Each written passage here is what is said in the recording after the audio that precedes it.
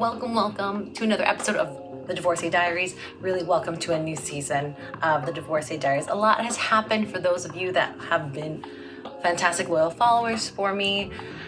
It's been a while since I posted, and I've been doing a lot of different things, focusing on myself and what I would like to do next in my future. And I'm so excited to wrap up my Latin American tour with all of you in the next few videos. I'm also very excited to keep talking about taboo topics like divorce. So I'll keep bringing you those topics, and also be talking and introducing a new topic this time around entrepreneurship, specifically about owning an Airbnb and what it's like to also be a homeowner. I'm so excited to talk to you about that. I know some of you have been asking about it, and I promise I will deliver it to you. It's gonna be a whole new season. I'm so excited. So without further ado, let's get into it. Let's talk about Mexico City, Mexico, or Ciudad de Mexico. I absolutely loved Mexico City. So for those of you that are not aware, I did a solo trip at the beginning of 2022, and I traveled throughout Latin America by myself for 2 months. And I went to Costa Rica, Brazil, Argentina, Colombia, and Mexico. And I must say that Mexico City was where I ended my tour of Latin America, was everything that I hoped that it would be, except for the fact that I got sick. So this video might be cut a little bit shorter, only because I got a little sick and I didn't get to do everything I wanted to do and take all the pictures that I wanted to do and eat all the food I wanted to. But it was still nonetheless a wonderful time, and at least I didn't get sick for the entire duration of it. Okay, so first things first, how do you get to Mexico City? Most of us coming from the US will probably fly in, which is what I did. So you're gonna fly into Benito Juarez Airport, and that nice big airport for you. You can get into the city either by taxi or Uber. I actually ended up using taxi when I got into the city from the airport. It was just easier, and I didn't worry about it too much. So that worked out, and it was pretty safe, and all the Ubers are safe. So that's, if that gives any of my solo female travelers some solace, I hope it does. Or my solo travelers in general, or my travelers in general. But it gives you solace about Mexico City. Also, the currency that they use in Mexico City is the Mexican pesos. So although they use Mexican pesos, you can also use your card, your credit card, anywhere. Also, you can use American dollar. Another quick note as well, they do expect tipping. And they'll take American dollars, they'll take Mexican pesos, whatever it is, but that is something that I thought was a little different than the other Latin American countries that did not have a norm of tipping. So just FYI, because I felt a little bit bad a few times not having cash on me, the right cash. I had every other type of cash, but Mexican cash at the time. So just FYI. Because I have to talk about safety for my female solo travelers and just travelers in general. Overall, the rating I would give them for safety was a 4 out of 5. And I say that because I felt very much like I was in my own city of Seattle, where at night, just don't walk any place that's not well lit and not well known. So I stayed in the Paseo de Reforma area. So I stayed at the Barcelo Mexico Reforma. So I stayed there. It was, I would say, it was pretty good. It was a 4 or 5 star hotel right on the Paseo de Reforma. So it was very centrally located. I could walk anywhere. I felt very safe because it was so busy. So if anyone's looking for a nice hotel in a good area that's close to everything, Barcelo Mexico Reforma was a good option. Some other good areas, 2 other good areas that my friend had told me also are safe and really nice areas to be in are Roma and La Condesa. I didn't get to go to La Condesa, but I do hear great things about it, and they had really nice Airbnbs when I did look at staying there. But I ended up staying at a hotel in Paseo de Reforma. Well, let's first talk about the food, because I always love talking about the food. First of all, you're gonna find the best tacos. Mexico is known for being one of the best places to eat and get really good food, and it did not disappoint. So before I got sick, I was able to still do a food tour and get the best flavors of Mexico City within Roma, and the Roma area, particularly Roma Norte, was amazing. I had tacos, I had amazing tamales, I had amazing mole, I had the best hot chocolate I've ever had, because I don't drink coffee. Cool churros, like the longest churros I've ever seen. It was so much fun. I love the food there, so the food scene is 5 out of 5. Amazing. Go there, even if it's just to eat. Some of the activities, let's talk about activities that I did while I was there.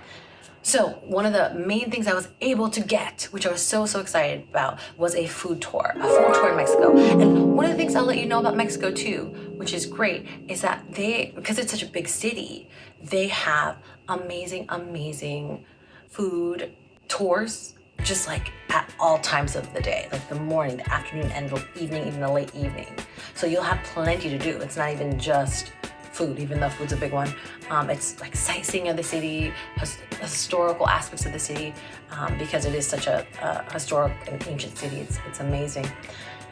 It was great. I highly recommend the food tour. I'm gonna keep the food tour info of which food tour that I chose in the show notes below, because they were amazing, y'all. But be ready to eat, because it is 4 hours long, and that 4 hours goes by fast because it was all good, and I wanted all of it again and again and again. So definitely do the food tour. Another great activity, being near the center of Mexico, is going to the center, Centro, because in the center, the historic center of the city, you get everything, and you get to see so many amazing areas. So definitely go to El Zocalo, which is the square, the main square that you probably will see in like all of the videos on Mexico. It's so great. Lots of great things to see and do. Like it's just this huge square of only pedestrians walking. No cars, motorcycles can get there. It's only for pedestrians. And go in the morning if you can, because there's nobody there, which is really nice, because Mexico City is a very busy, bustling mega city. So that's a little tidbit for you there. But at the square, you're also gonna find the Metropolitan Cathedral. This is the oldest cathedral, and it's also the most ornate, I would say, many of the churches I've seen. It's beautiful. It's also the largest in Latin America, and I believe in North America as well, on the continent. It's also the largest. So enjoy just going in there, seeing it from the outside, because the edifice structure and design is very attractive. It's very awe-inspiring, and inside it's a lot of gold ornateness, and you see these various areas where you can go and you can pray, and mass is like all the way on one end, and you can still enjoy everything on the other end of, if you just want to go and pray or just walk around and see the space. It's quite beautiful. Also nearby is the Paseo de Artes, if I said that right. Bellas Artes. It's this it's probably the most beautiful building I've ever seen, yet it houses their postal office, the city's postal service, which is great, because my dad worked for USPS for over 30 years, and retired as a postman. So I had a great appreciation for seeing it, and it was so amazing. It was one of the most beautiful buildings I've ever seen. So definitely check that out at the park. It's depending on where you are coming from. If you're coming from Paseo de Reforma, it's kind of like you see Paseo de Artes on the route there to El Zocalo, and also on your way to El Zocalo to the square, you also see a lot of other churches and lots of yummy food, both like small little holes in the wall, as well as like really fine fancy food. So in restaurants. So definitely take your time to walk around that area, because I wish I had just allotted more time to walk around that area while I was there. And lastly, what activities I loved was just visiting local street vendors. The street vendors were the most colorful, wonderful street vendors, and they're all over the city, at least in the Paseo de Reforma area.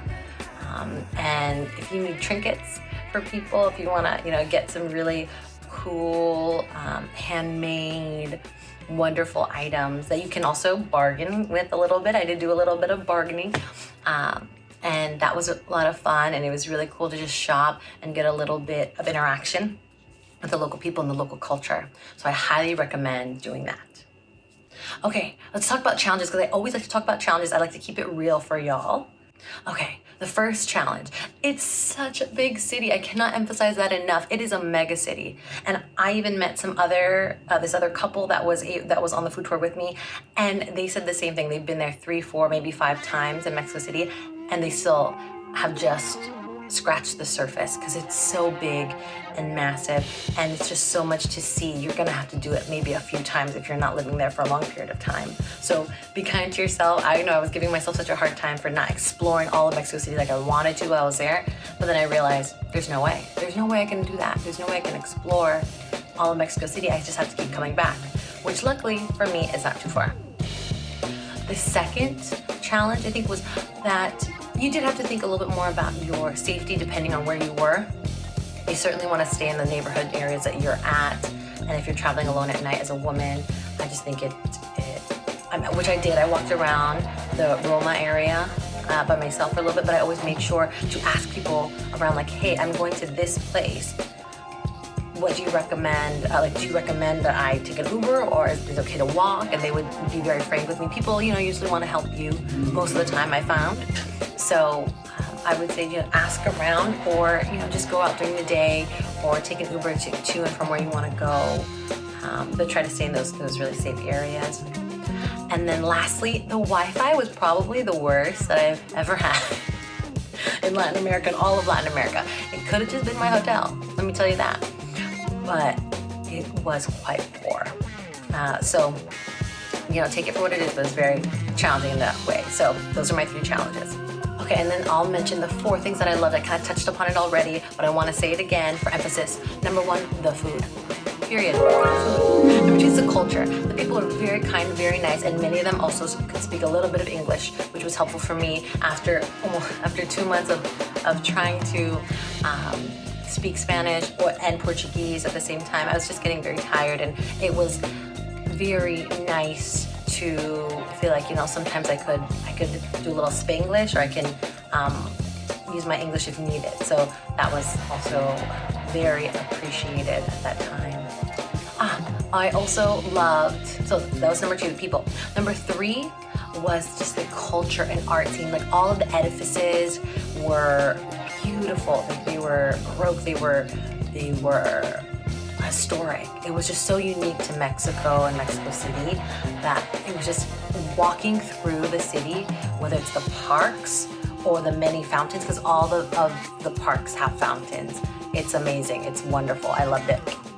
Art is great to see, and it's just really a pleasure to walk about. As someone who really enjoys walking around the city to get to know it, it was very calming and very inspiring. And lastly, the amount of activities. Number 4, the amount of activities. I had so many activities I could have done throughout the day, whether it's like going to do a photo shoot, going on a food tour, going on a historic walking tour, going on a moped tour. I mean, the world's your oyster in Mexico City. It had, and you could do whatever you wanted all throughout the night. Like, it was legit. I loved it, and I can't emphasize that enough. So that was the end of my video on Mexico City. I hope you enjoyed it. If you have any questions at all, please do leave them in the comments below. Also, if you made it to the end, if you can you put Mexico City in the comments below, just so that I know that you watched the whole episode, and hopefully you liked it, and hopefully you learned a lot from it, or reminisced about it. Either way, I loved it. It was great, and thank you so much again for watching another episode of Divorcee Diaries. Don't forget to subscribe to my channel, and I'll see you all the next time. Bye.